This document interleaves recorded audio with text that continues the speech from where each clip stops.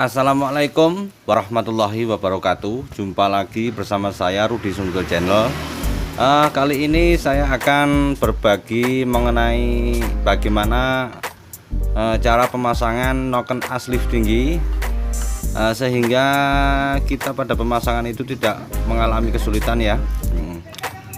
Pada pemasangan noken as lift tinggi ini, kebanyakan dari kawan-kawan itu ada yang mengeluhkan tentang pir ini ya, pir klepnya ya.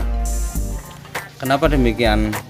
Lift tinggi itu kalau pir bagian dalamnya ini masih tetap, kalau untuk lift 8 meskipun tidak menggunakan pir racing masih bisa.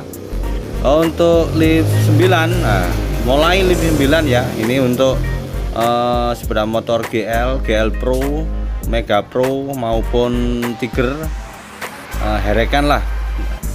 Jika di motor tersebut pir klepnya masih bawaan, untuk pemasangan noken as yang liftnya sudah 9, itu inner bagian dalamnya usahakan cari yang kerenggangan pirnya ini agak renggang. Ada banyak pir klep yang ditawarkan di aftermarket, mulai di Bukalapak, Shopee maupun Tokopedia ya, pir racing. Namun kebanyakan ya, pir racing yang dijual di online shop itu mengalami floating. Andai kata tidak mengalami floating, kebanyakan pirnya patah ya, patah.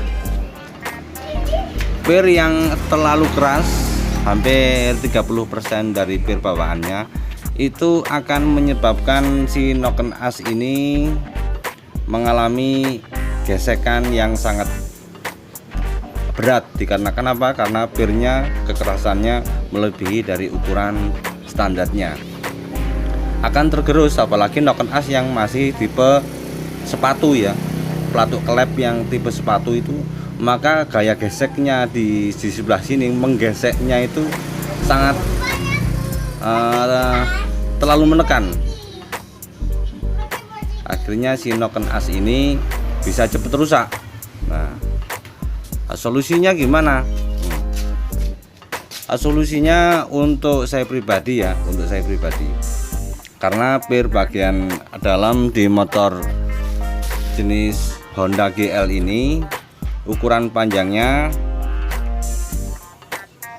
39 ya, ukuran panjangnya 39. Saya pakai inner klep yang ini bukan pir racing, ini murah meriah, melainkan ini adalah pir kopling punyanya Honda Tiger. Untuk panjangnya hampir sama. Nah, ini 40 mili dan ini juga hampir 40 mili. Perbedaannya hanya di ini ya. Nah, ini untuk diameter pir klep ori itu sekitar 18,5. Untuk yang pir kopling punyanya Honda Tiger itu hampir 19.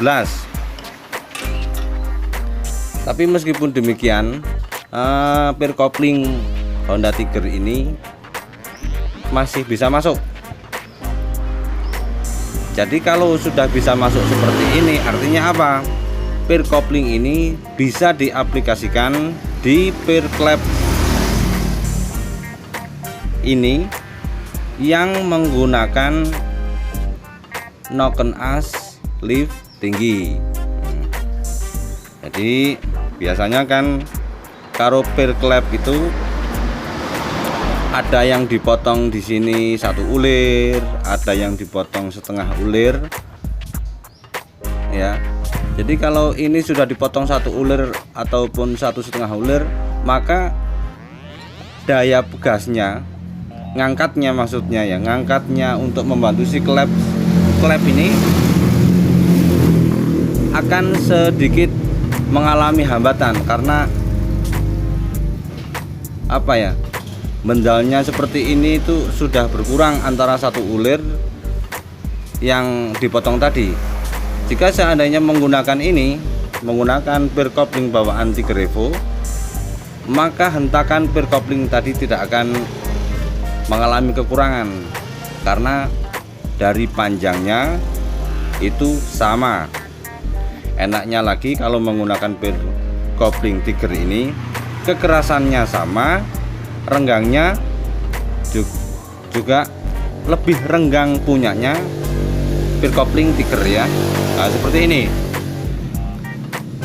Ini cukup murah, harganya sekitar, kalau di Lumajang sih mahal ya, 15 ribuan satu biji ini. Kalau di tempat-tempat lain ada yang jual 10.000, ada yang jual 8.000. Ya maklum, karena Lumajang ini kan diibaratkan kotanya agak jauh dari tempat produksinya sana ya. Kalau hanya 15.000 satu, ini dua kan 30 kan tidak ada masalah toh. Penggunaan peer coupling sebagai peer clap di motor GL ini tidak riskan, ataupun kita tidak akan was-was karena peer clap ini tidak akan patah, tidak akan mengalami floating ya. Jadi untuk penggantiannya dua sekaligus, yang in dan yang out. Nah seperti ini akan masuk kan. Jadi ini cukup murah meriah.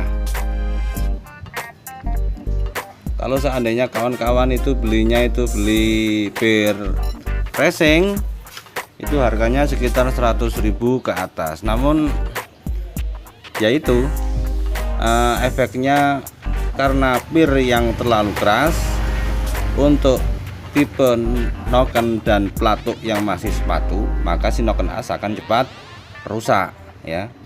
Berbeda dengan yang tipe roller. Kalau untuk pemasangan noken BRT T3 maupun T2 itu tidak ada masalah. Namun permasalahannya itu kalau peer clap ini masih ori ya, seperti ini ya. Untuk pemasangan BRT T2 maupun T3, kalau seandainya peer ini masih tetap tidak dipotong juga bisa. Namun suaranya akan timbul seperti ada suara helikopter ya. Kalau dipakai itu buru gitu, kayak duk seperti itu ya. Jadi peer ini ketika si noken as ini sudah masuk seperti ini sudah kehabisan kehabisan tempat ya. Jadi jika ditekan seperti ini terus, ini sudah mentok ya untuk T2 dan T3. Untuk yang selanjutnya, kalau peernya sudah renggang, untuk peer clap lift tinggi, lift yang sudah 9 ya, meskipun lift yang 8 ya, usahakan ini ya, hose clapnya ini diganti punyanya GL125 ya. Ini ya, hose clapnya ini diganti punyanya GL125. Terus yang selanjutnya retainer ini juga dipotong. Ini posisinya seperti ini. Kalau masih bawaan kan ada muncul sedikit kan nih ya, sekitar segini. Ini sudah saya potong. Nah, ini aman. Ini akan menjadikan gap yang cukup lebar. Jadi si pelatuk itu tidak akan nabrak di seal clap. Ya demikian tadi jumpa kita kali ini di siang hari ini. Semoga yang saya sampaikan ini bisa menjadikan ilmu yang bermanfaat bagi kawan-kawan semua ya. Cukup sekian saya akhiri, billahi taufik wal hidayah. Wassalamualaikum warahmatullahi wabarakatuh.